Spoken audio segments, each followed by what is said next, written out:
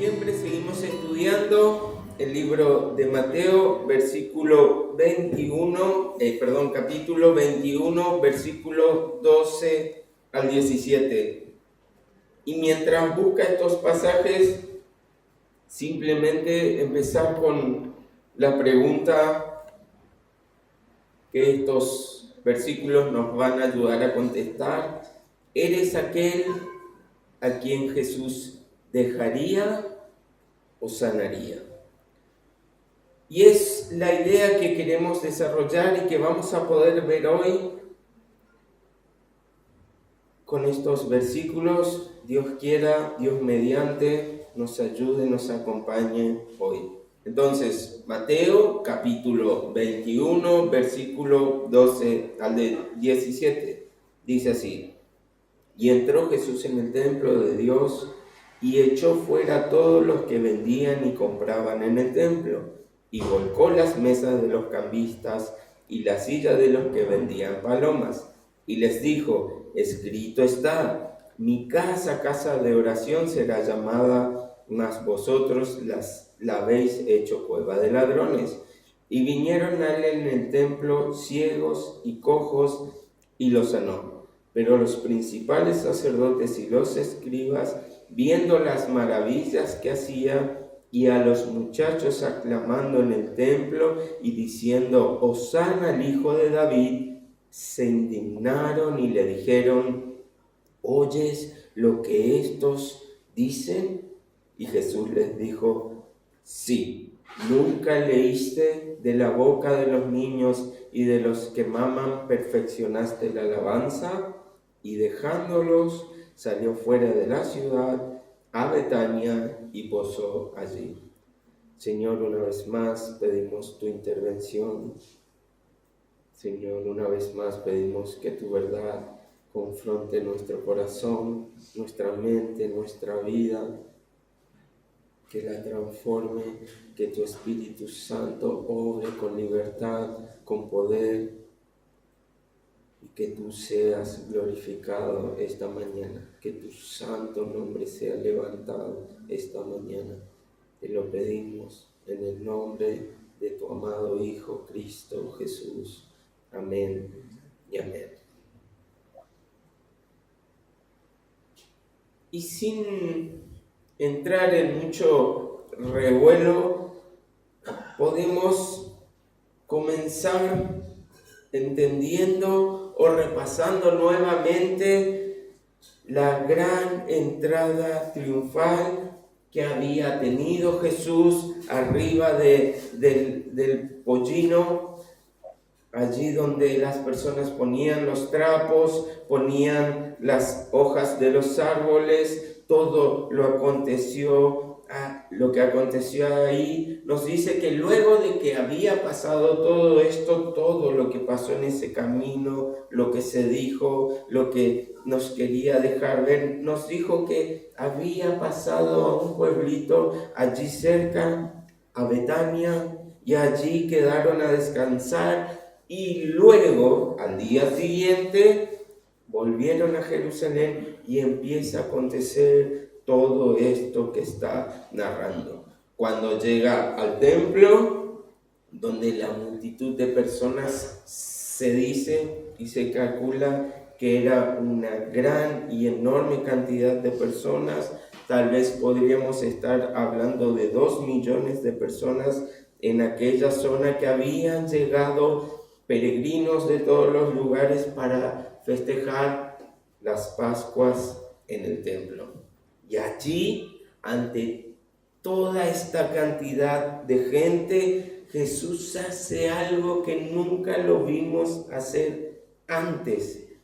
Se empieza a enfrentar a todos aquellos que estaban en el templo, empieza a enfrentar el desorden que se estaba dando dentro del templo, exactamente en un lugar que era el patio de los gentiles, donde todo el mundo tenía acceso y donde todos y cada uno de los que llegaban o pasaban podían ir por este lugar. Luego sabemos que hay lugares donde habían inclusive carteles que decían que aquellos que ingresaban o pasaban a distintas partes del templo podían quitarle la vida solo por cruzar el umbral de las puertas donde tal vez se dejaban pasar judíos o los sumos sacerdotes.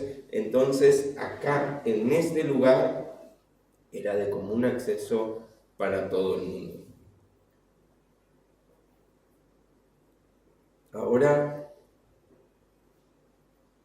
dentro de este templo, dentro de este área, dentro mismo de este lugar que era un lugar apartado para el Señor, donde debía dedicarse al Señor, se habían empezado a instalar poco a poco personas que empezaron a comerciar tanto para cambiar dinero como para vender animales para los sacrificios que se requerían en estas fechas y con estos festejos que llevaban a cabo los judíos.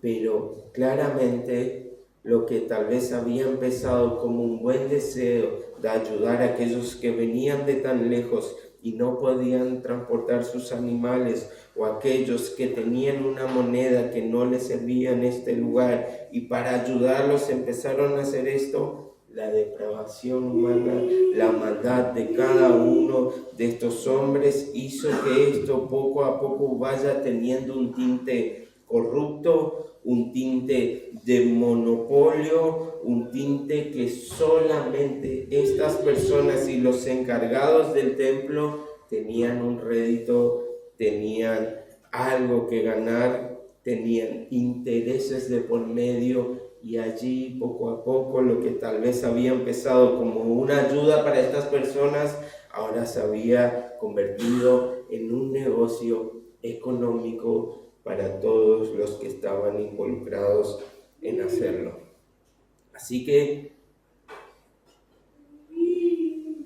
ahora entendiendo que tenían un hueco para comercializar, ahora entendiendo que todas estas transacciones debían hacerse, empezaron poco a poco a poner tradiciones, a poner cláusulas que los seguían beneficiando a ellos. Entonces todos los que venían de otros lugares y traían la moneda que ellos usaban, les decían, bueno, no, acá solamente hacemos transacciones con la moneda del templo de Jerusalén, de esta área, así que tienen que cambiar sus dólares a pesos.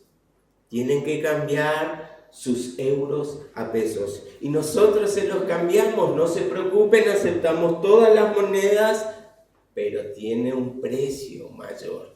No solo el precio del cambio, sino que le cobramos ahora un interés, porque ustedes saben que nosotros acá nos dedicamos, estamos todo el tiempo para ayudarlos, para servirles, así que necesitamos sacar ganancia de todo esto.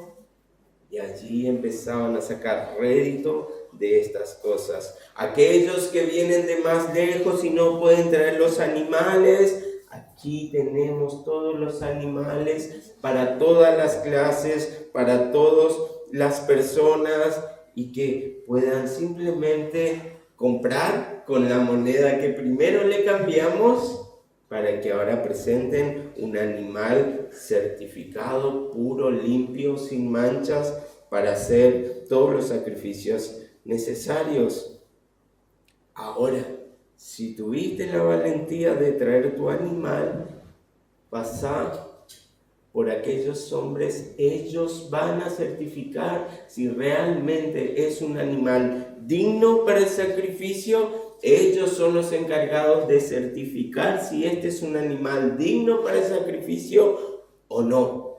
Si es digno, tenés que pagar el certificado que lo avala, y si no es digno, tenés que desechar ese animal y venir y comprarnos un animal a nosotros. Claramente, muchos animales no eran dignos, no eran certificados, no eran aprobados, no eran calificados para los sacrificios. Así que una vez más el negocio, el rédito volvía hacia ellos, los encargados del templo y los que estaban allí.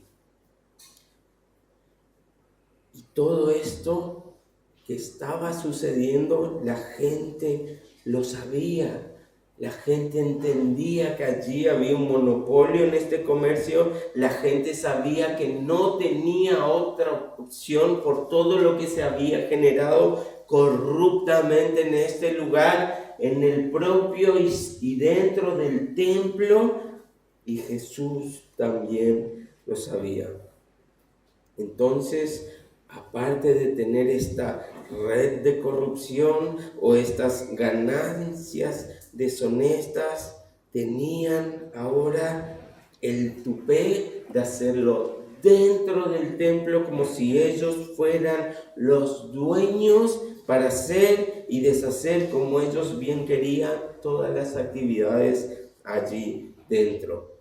Cuando el templo en realidad siempre fue un símbolo o una representación del lugar donde Dios habitaba aquí en la tierra. Para eso había sido construido, para eso se había reconstruido cuando fue derribado, para representar a Dios en este lugar donde lo podían buscar y donde debían buscarlo.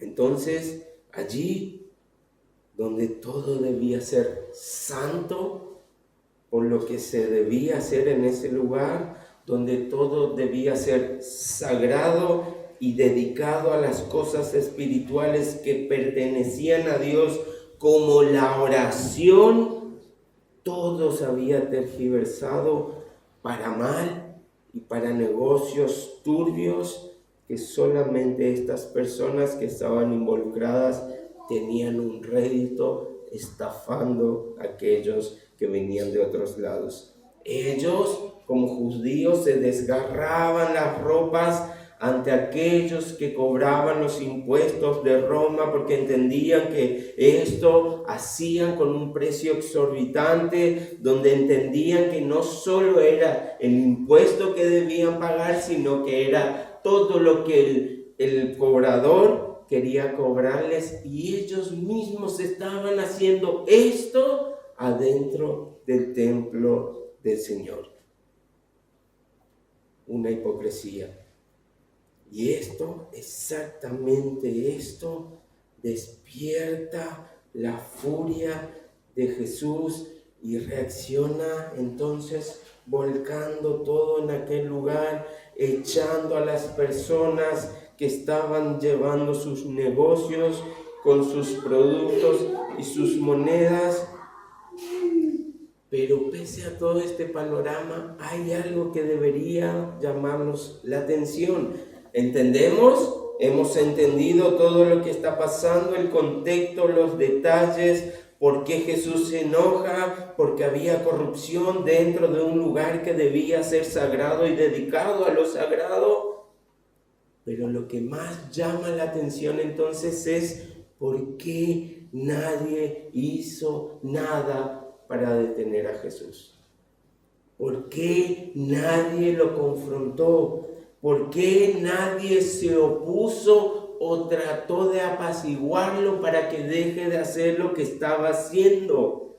Si fuera hoy día que pasara esto, enseguida las personas de alrededor prenderían la cámara de sus celulares y empezarían a filmar a Jesús y le dirían cosas como: déjenlos. Ellos solos están ganando el pan de su día a día. Ellos están trabajando. Vayan a perseguir a aquellos ladrones. Vayan a perseguir a los asesinos que andan sueltos por ahí y dejen a estos pobres inocentes que están trabajando allí. Y seguramente no pasaría mucho tiempo hasta que aquellos canales de noticias vendrían a cubrir semejante escándalo.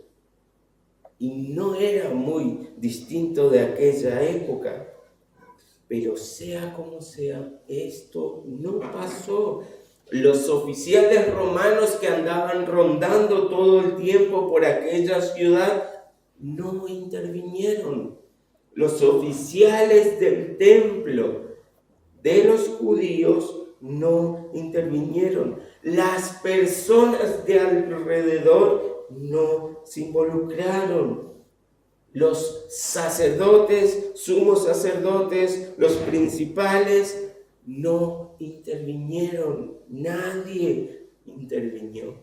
Y no fue algo de un segundo, una sola mesa, sino era una feria lleno de personas, lleno de puestos, llenos de carpa, llenos de mesas, y que esto habría tomado tiempo para Jesús, para echarlos a todos, para derribar todos. Entonces, nuevamente, ¿por qué?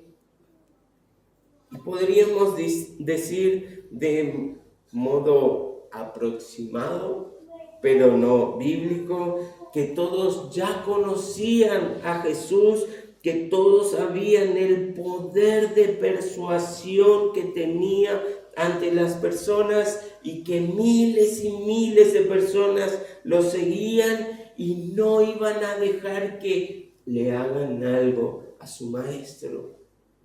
Los emperadores, los sacerdotes, los escribas entendían que el poder que tenía Jesús sobre las personas iba a hacer que cause un revuelo social, al punto que la gente se iba a entrometer para defenderlo a Jesús, y más sabiendo ellos mismos que lo que estaba haciendo Jesús era lo que quería hacer cualquiera de ellos, porque entendían la corrupción, entendían el negocio que estaba sucediendo ahí adentro, pero nadie tenía el poder y la autoridad para hacer lo que hizo Jesús.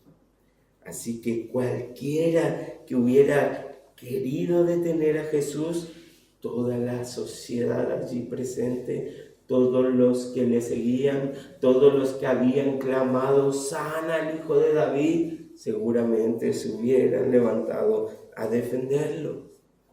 Y eso solo usando la razón y entendiendo lo que estaba pasando. Pero la Biblia sí nos da un detalle de por qué pasó esto. Y dice que entró Jesús en el templo de Dios. ¿Y qué significa esto? ¿Quién era Jesús? Y eso nos lo aclara un poco más adelante. Mi casa, casa de oración será llamada. Empiezan nuestros versículos haciéndonos notar que Jesús entró en el templo de Dios. ¿Y quién era Jesús? Dios encarnado aquí en la tierra. Por ende, esta casa, este templo, esta propiedad era de Él. Y Él tenía el derecho para decir qué se debía hacer allí, para determinar qué actividades eran lícitas y cuáles no, porque Él era el dueño de esta casa. Era su propia casa, hecha y destinada para la adoración a Él. Entonces Jesús, al empezar a derrumbar todo, empezar a echar a aquellas personas, decía: mi casa, mis reglas. Al que no le guste, allí está la puerta. O como decía mi mamá, cuando tengas tu casa, poné tus reglas y haz lo que vos quieras. Pero en mi casa se hace lo que yo digo. Y eso estaba pasando en este preciso momento. Esta casa tenía el objetivo como primera medida de ser una casa de oración. Eso había dicho el dueño de esta casa, y eso no se estaba haciendo. Entonces, acá empieza el primer problema, o al mismo tiempo la primera enseñanza que podemos ver nosotros de estos versículos. Y al igual que estos hombres que estaban dentro del templo haciendo cosas que no debían hacer, o haciendo cosas para las cuales este templo no estaba destinado, es que habían caído en la familiaridad con las cosas de Dios al punto de olvidarse sus reglas y llevar a imponer las suyas propias. Se habían familiarizado tanto con este lugar que habían dejado de lado la voluntad del Señor, para lo cual Él había dicho, para lo cual Él había provisto los materiales, para lo cual Él había levantado reyes, David, Salomón, que construyeran estos templos para que Él pueda bajar y habitar en su presencia allí. Y la familiaridad empezó a contaminar todas estas actividades y el interés que cada uno tenía por llevar a cabo lo que ellos veían que podían hacer. Y es allí entonces donde nosotros podemos traerlo a la realidad, a nuestro día a día, a nuestras iglesias, y empezar a entender por qué muchas iglesias pierden el rumbo, porque muchas de ellas empiezan a confundir el camino, porque muchas de ellas empiezan a colar cosas que a la gente le gusta, pero que al Señor le desagrada y aborrece. Les conviene, les interesa, y pese a lo que deben hacer en ese lugar, hacen lo que a ellos les gustaría hacer. A la gente ya no le gusta tanto la palabra y leer la Biblia. Ya no le gustan tanto las adoraciones bíblicas. No le gusta ahora que el Señor les diga qué tienen que hacer. Cambiemos entonces las formas, las maneras. En vez de predicar, mejor convirtámosla en un coaching, que esto pega mejor, a la gente le agrada, se va más contenta. En vez de una adoración bíblica, pongamos música de moda, esa que no alcanza a distinguirse si es una adoración al Señor o una canción bonita que de vez en cuando menciona algo que tiene que ver con Dios o sugiere algo similar. Y así la familiaridad con Dios, con las iglesias y en las iglesias, empiezan a permitir que se hagan cosas que Dios nunca pidió en su voluntad. Así la familiaridad con Dios y con la iglesia nos lleva a pensar: nada pasa hoy, tal vez falta algo que podamos agregar. Mis actividades entonces se van a volver más importantes. Entonces empecemos a sumar a todo aquello que el Señor había pedido, o quitemos aquello que el Señor había pedido para reemplazar por nuestras actividades, ya que nos conviene que la iglesia se llene, nos conviene que vengan más personas sin importar qué hagan, que crean o que digan. Son nuestras actividades, son nuestras formas de recaudar, son nuestros intereses, así que hagámoslo dentro de la iglesia. Entonces, para todos nosotros, esa familiaridad también con Dios y con la iglesia nos lleva a decir: bueno, tal vez no pasa nada que falte hoy, mis actividades deben ser más importantes, no pasa nada que lleguemos tarde a las reuniones, mientras estoy en el culto, y cuando me aburra puedo revisar las redes sociales, puedo contestar mensajes, puedo atender llamados, seguramente todo esto es más importante. Y así poco a poco se empieza a perder el trato solemne y reverente que hay que tener hacia Dios en su casa, como Él lo ha pedido. Entonces, ahora, en la manera que empecemos a tratar los símbolos, las representaciones de Dios para nosotros, es entonces la manera que nuestro trato con Él será.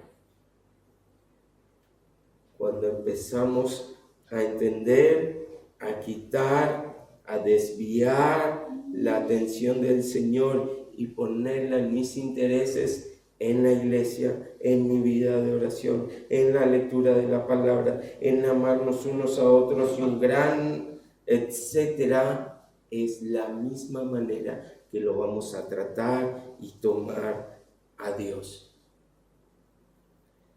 Claro, y allí podemos ver entonces que nuestros intereses se vuelven la prioridad, que los intereses de Dios quedan de lado. A mi trabajo no pienso faltar nunca. A mi trabajo voy de punta en blanco. A mi trabajo no falto a menos que me esté muriendo. Ni hablar de llegar tarde, porque esto afecta a que a fin de mes o principio de mes mis intereses, mi economía se ve afectada, así que ni hablar. No es opción. En mi trabajo, por lo que yo hago, no me dejan tener celulares, no me deja ocuparlo mientras hago actividades. Y entonces podemos ver que en realidad entendemos lo que hacemos, pero el interés que tenemos en lo que hacemos ha cambiado. Todo esto entonces lo mantenemos a rajatabla, se vuelve una disciplina, pese a mi cansancio, pese a mi deseo, pese a lo que quiera o no hacer, porque mis intereses están en juego. Lo mismo que pasaba con estas personas en el templo. Pero para el Señor no hay problema ser más liviano, no hace falta ser tan estricto, tan duros, tan disciplinados, y realmente en alguna medida podemos decir que es así. El Señor no espera simplemente sacrificios de nosotros como algo que podamos hacer sin pensar en lo que conlleva y que no sea la gloria para Él. Pero en realidad el problema es familiarizarnos tanto con lo espiritual, con Dios, algo que debería ser completamente santo y glorioso, de un valor incalculable para nosotros, por el simple hecho que muchas veces nuestros intereses no están puestos en los intereses ni en la voluntad del Señor.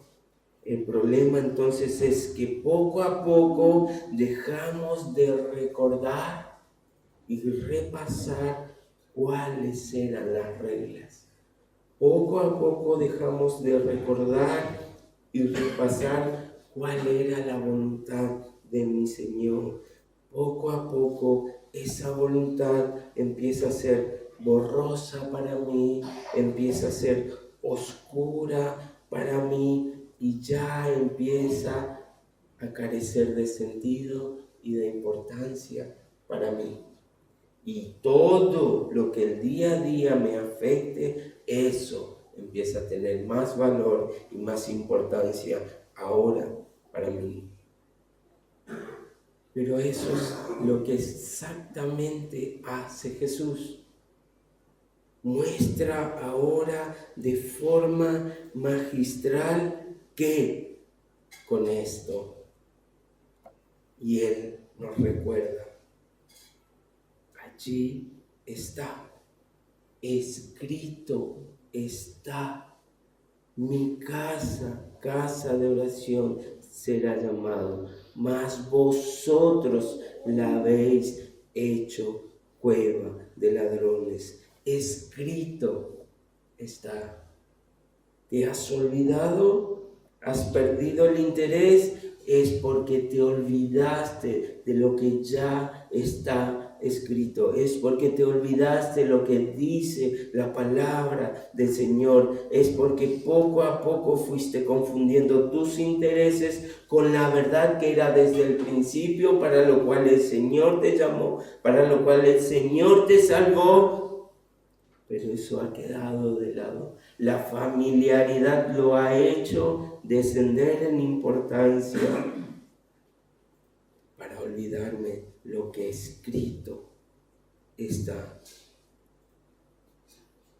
Entonces el Señor de alguna manera nos está diciendo: ¿y cuándo es entonces la última vez que te asomaste a mi palabra para no dejar que tu malvado corazón y engañoso corazón te desvíe de la verdad? Allí está mi voluntad, allí está mi deseo, allí está lo que debes saber. Fuiste a verla, fuiste a estudiarla, me fuiste a encontrar para escuchar qué es lo que está escrito de mi boca para guiar tu vida, o simplemente estás llevando tus intereses como prioridad, viviendo la mejor manera que puedas en este mundo. ¿Cuándo fue la última vez que abriste tu Biblia para que Jesús te recuerde cómo Él espera que procedas con sus cosas, con lo que Él nos pide a nosotros, sus creaciones, sus hijos, sus escogidos? Entonces Él es el dueño de nuestra vida y Él una vez más nos debe decir cómo debemos vivirla y qué debemos hacer. Mi casa, mis reglas, tu vida pertenece ahora a Jesús. Por eso es su voluntad la que debe primar en mi vida, no mis deseos y mis intereses. Entonces, ¿cuándo fue la última vez que tal vez supimos decir escrito está o la Biblia dice? ¿Y cuándo fue que poco a poco lo empezamos a transformar por a mí me parece o no me parece? Y allí empiezan los problemas.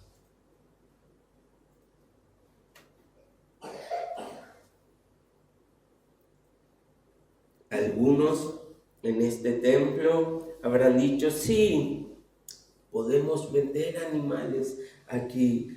Yo creo que le evitaríamos tantos esfuerzos a los hermanos que vienen de tan lejos, pero subamos un poco el precio, saquemos también ganancia de nuestro arduo trabajo, de evitarle trabajo al hermano. Sí, vamos a asociarnos con los principales sacerdotes para que empecemos a sacar un poco más de réditos. Y si cobramos un poquito más de plata, también ayudará a mantener este majestuoso templo. Todos los intereses irán al arca del templo y el Señor será glorificado. Y así, poco a poco, fueron olvidando la razón y la función inicial. Casa de oración, mi casa, el templo de Dios, por una cueva de ladrones y una feria de comercio. La iglesia, entonces, es para escuchar la palabra de Dios, es para adorar al Señor el día que Él mismo ha apartado, el día que Él mismo ha creado para santificarlo, y que en Él hagamos lo que Él nos pide que hagamos y nos mandó a hacerlo.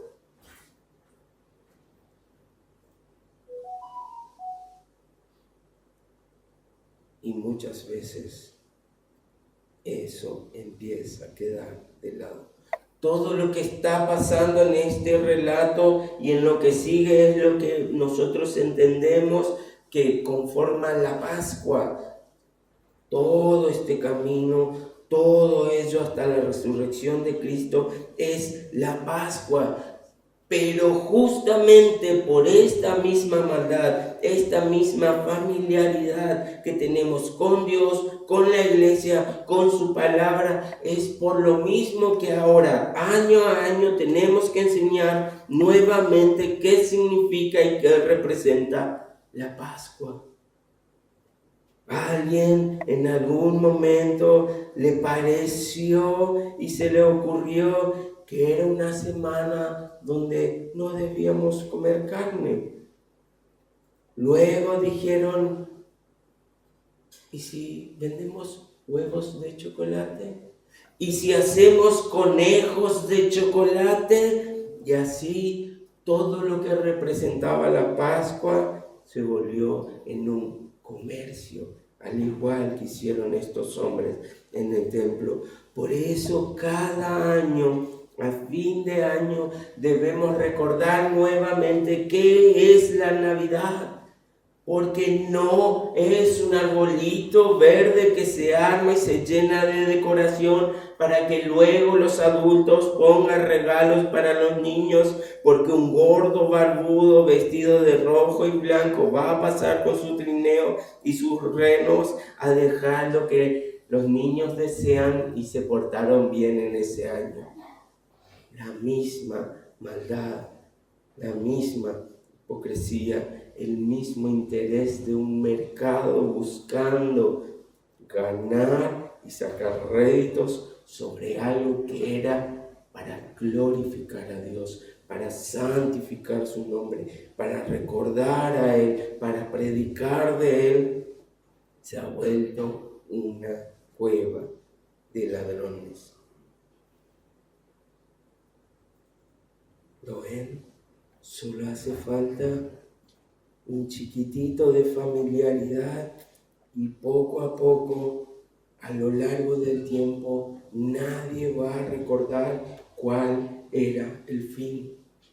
Nadie va a recordar cuál era el propósito. Nadie va a recordar por qué se hacía lo que se hacía. Y si no hay nadie que le diga, la Biblia dice o escrito está, nadie encontrará el camino de vuelta a Cristo.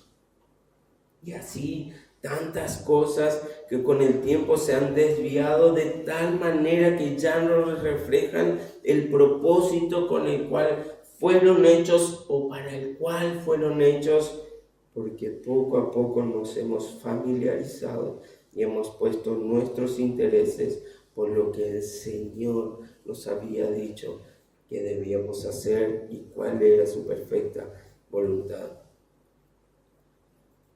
Pero hoy es donde Él nos muestra que puede ser el día que nos volvamos en oración a nuestro Señor, a Jesús, y pedirle nuevamente que con su Espíritu Santo nos lleve a toda la verdad, que nos hable a través de su palabra para corregir nuestros pasos, para que tengamos la valentía de vivir el día a día conforme a su voluntad, orgullosos de ser seguidores de Cristo, y que si no lo estamos haciendo, Él nos ayude a ver con claridad ese camino que hemos perdido. Él nos ayude a ver el mal que ha nacido en nuestro corazón, en nuestra mente, que nos ayuda a ver cuándo nuestros intereses empezaron a cubrir su verdad y dónde es que nos perdimos del camino y nos perdimos de Cristo. ¿Cuándo fue que hemos dejado de glorificarlo con nuestras vidas? ¿Cuándo fue que dejamos de formarnos a su imagen y semejanza?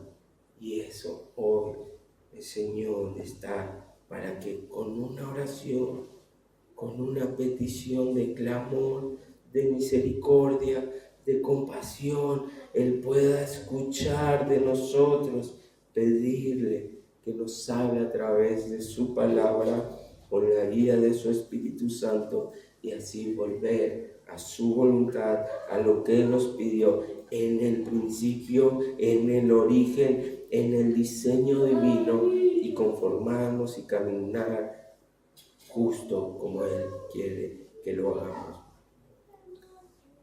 Porque la Biblia claramente entonces nos deja ver que si nos acercamos a Dios de la manera incorrecta, no vamos a ser recibidos por Él. Cuando oramos a Dios, Señor, que sea lo que yo quiero y no tu voluntad, no recibiremos respuesta de nuestro Dios. Solo cuando sea la voluntad que pidamos en el nombre de Jesús, conforme a la voluntad del Señor, es allí y solo allí donde tendremos la respuesta. Y luego de que estas personas que habían familiarizado con el templo lo habían corrompido, como nosotros hoy probablemente lo hagamos con el Señor y su voluntad de nuestra vida, vinieron a Él en el templo ciegos y cojos y los sanó. Y esto pareciera tener una dicotomía que no se entiende. Llega violentamente, enfurecido, empieza a patear, romper, tumbar, echar a gente y a personas, pero luego vienen ciegos y cojos, personas enfermas, y él los recibe y los empieza a sanar uno a uno. Porque estos llegaban a Jesús buscando lo que en el templo deberían haber buscado estos hombres que lo estaban corrompiendo. Allí Él dice: los que están cansados, los que están cargados, los enfermos, los de corazón angustiado, vengan a mí y yo los sanaré. Y allí estaba el templo recuperando la función. Allí estaba el templo recuperando todo aquello que se le había quitado. Allí estaba el templo funcionando como Dios mismo anhelaba y quería que funcione. Entonces allí Jesús respondía a las necesidades y a las oraciones de estas personas que acudían a Él. Yo vengo por los enfermos, no por los sanos. Yo vengo por los que buscan mi voluntad, no por los que la corrompen. Yo vengo por aquellos que se humillan y claman misericordia y compasión de mí, no por los que se creen acreedores del cielo y de mi voluntad por sus obras.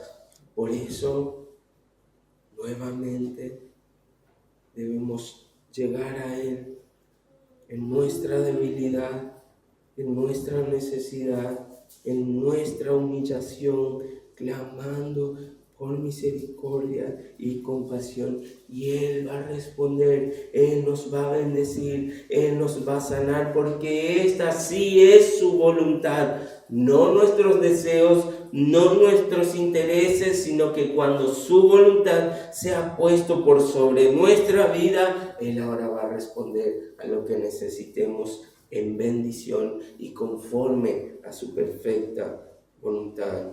Entonces, allí nos dice que ahora cuando oremos conforme a esa voluntad, ya tenemos nuestra respuesta. Estos hombres llegaron al templo buscando a aquel que podía salvarlos.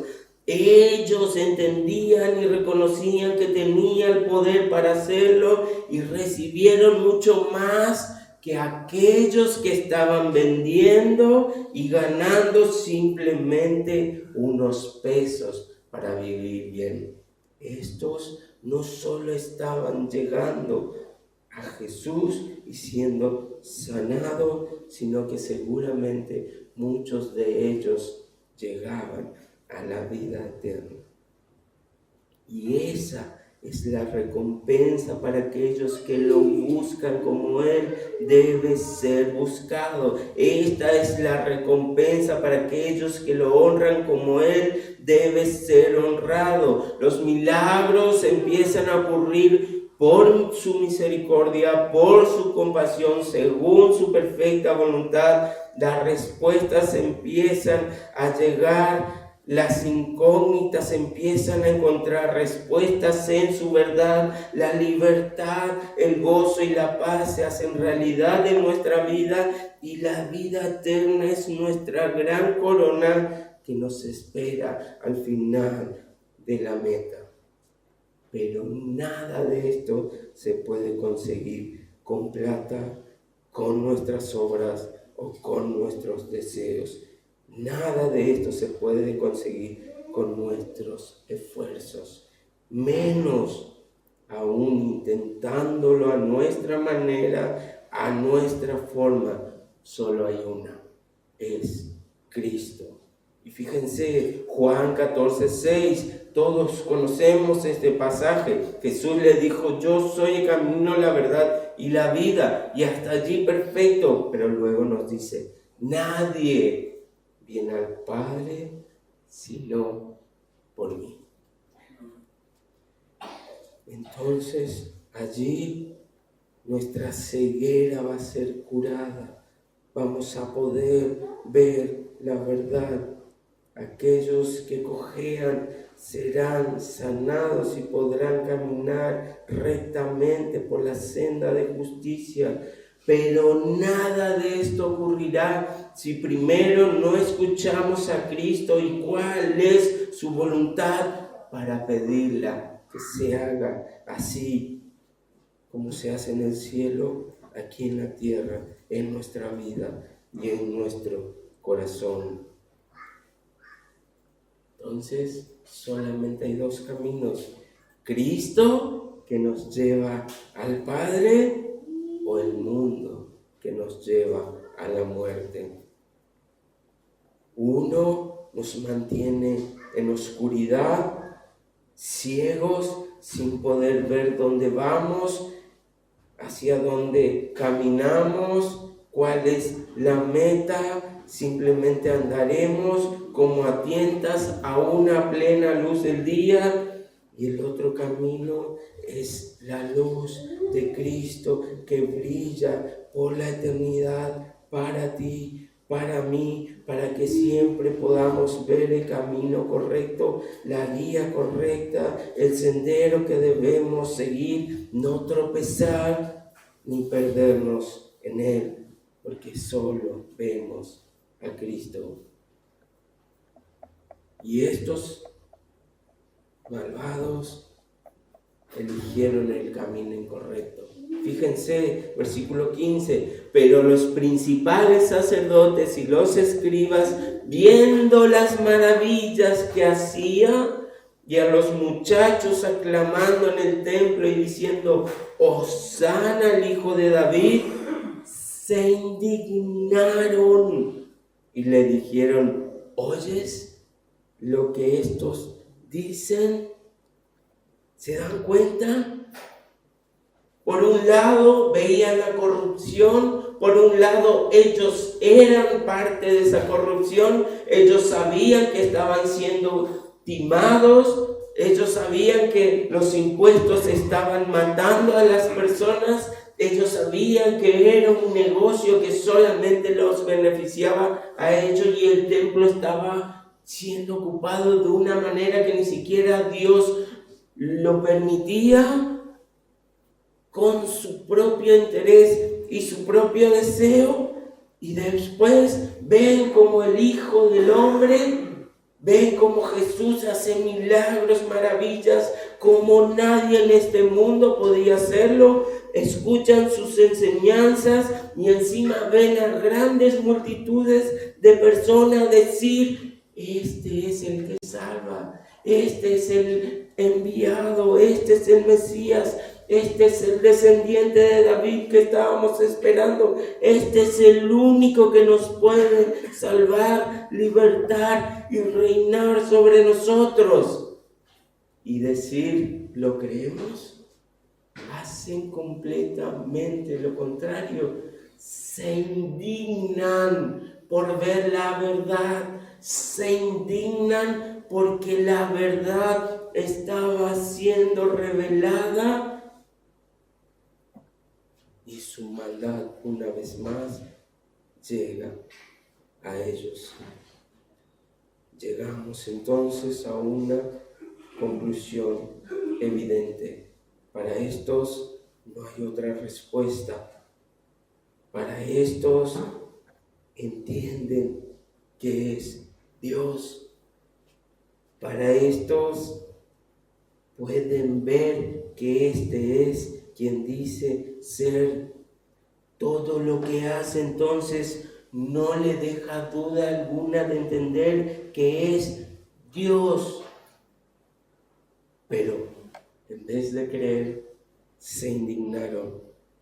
Vemos todas las señales evidentes de que eres Dios, vemos los milagros, escuchamos tus enseñanzas, vemos las profecías cumplirse de aquellas que se habían dicho, entendemos que los profetas entonces hablaban de ti, vemos que todo a nuestro alrededor también lo entienden y llegan a la misma conclusión, pero no queremos dejar de lado nuestras ganancias, pero no queremos dejar de lado nuestros deseos, nuestros puestos, nuestra reputación. Puede ser Dios, pero igual y todo no te queremos con nosotros. Y así puede sonar nuestra vida cuando dejamos que esta familiaridad y nuestros intereses se interpongan ante Jesús y su verdad. Entiendo que debo ser un buen cristiano. Entiendo que el domingo es un día santo, súper importante, pero prefiero hacer horas extras para mi trabajo porque eso me interesa más y mis ganancias se aumentan. Sé que es el día del Señor, sé que es lo que el Señor me pide, pero prefiero mis intereses.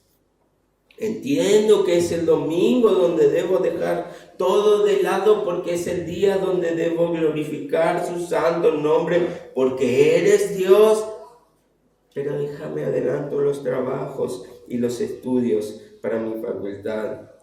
Entiendo que es Navidad y es una gran noticia que habla del nacimiento de aquel que va a traer salvación y vida eterna para los que creen en Él.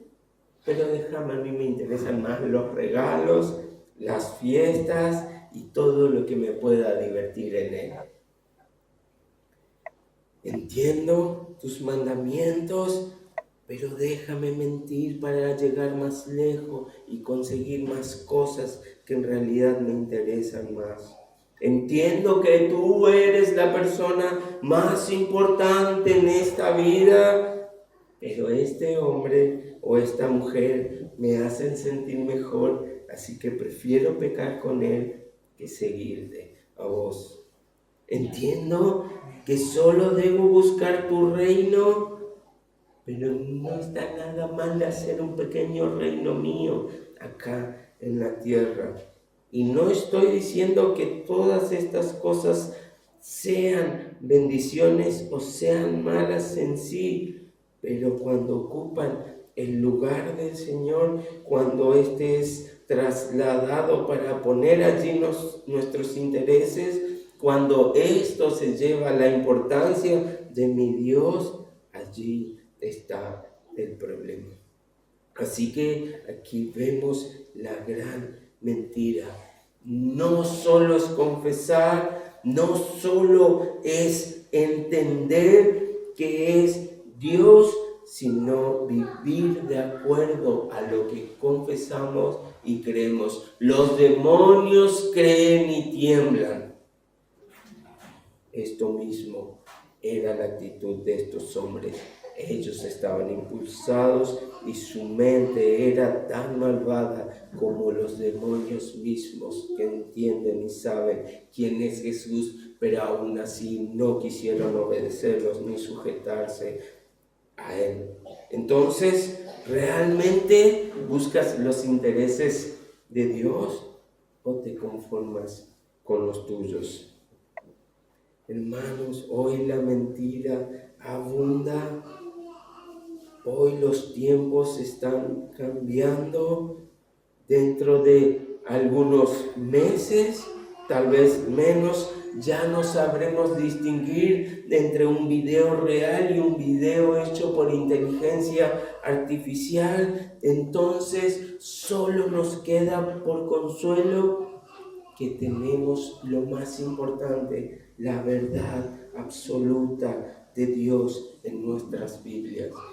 Debemos entonces buscarla, estudiarla y vivirla para que no seamos esos que lo rechazan por nuestros intereses, que no seamos esos que no lo pueden ver por más que lo tengamos cara a cara, viendo su obra, viendo sus enseñanzas, viendo su poder, pero así todo, prefiero lo mío y no lo que el Señor me puede dar. Y fíjense, versículo 17 termina con una palabra que también nos ayuda a cerrar la palabra de hoy. Y dejándolos, nada en esta vida será mejor que nuestro Señor nos reciba allá arriba en su gloria, en su reino, y podamos estar frente al trono, hincando nuestras rodillas para dar gloria y alabanza a su nombre. Pero todo lo malo y lo terrible que podemos esperar es si Él nos deja. Y es simple. Entonces, si hoy no lo conocemos, podemos clamar a Él por misericordia. Y Él dice que no te echará, no te dejará fuera. Solamente debemos ser capaces de ver la mentira a través de su verdad. Solamente debemos ser capaces de ver nuestra maldad, nuestros pecados a través de su verdad. Y esto nos llevará a arrepentirnos de toda nuestra mala vida que hemos estado caminando lejos de este nuestro Señor.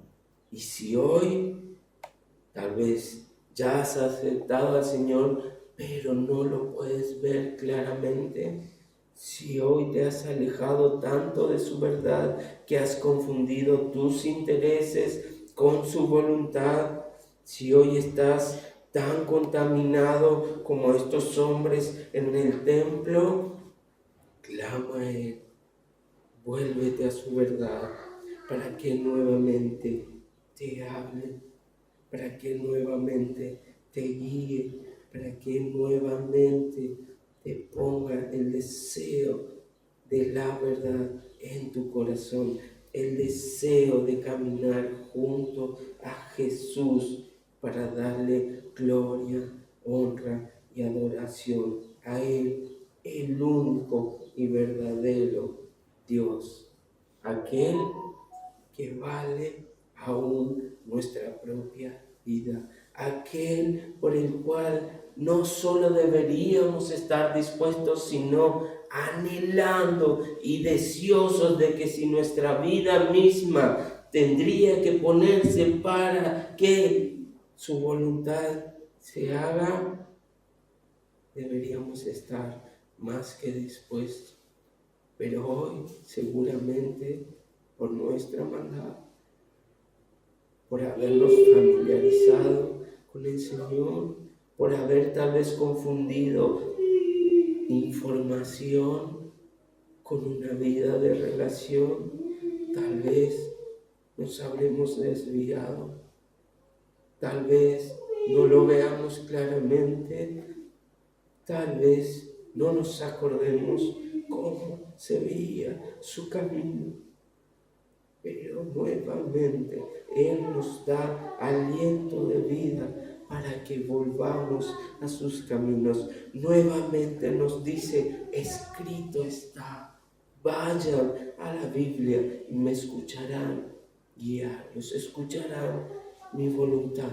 Pónganla como un tesoro, el tesoro más preciado en sus vidas, y lo habrán ganado todo a Cristo nuestro Señor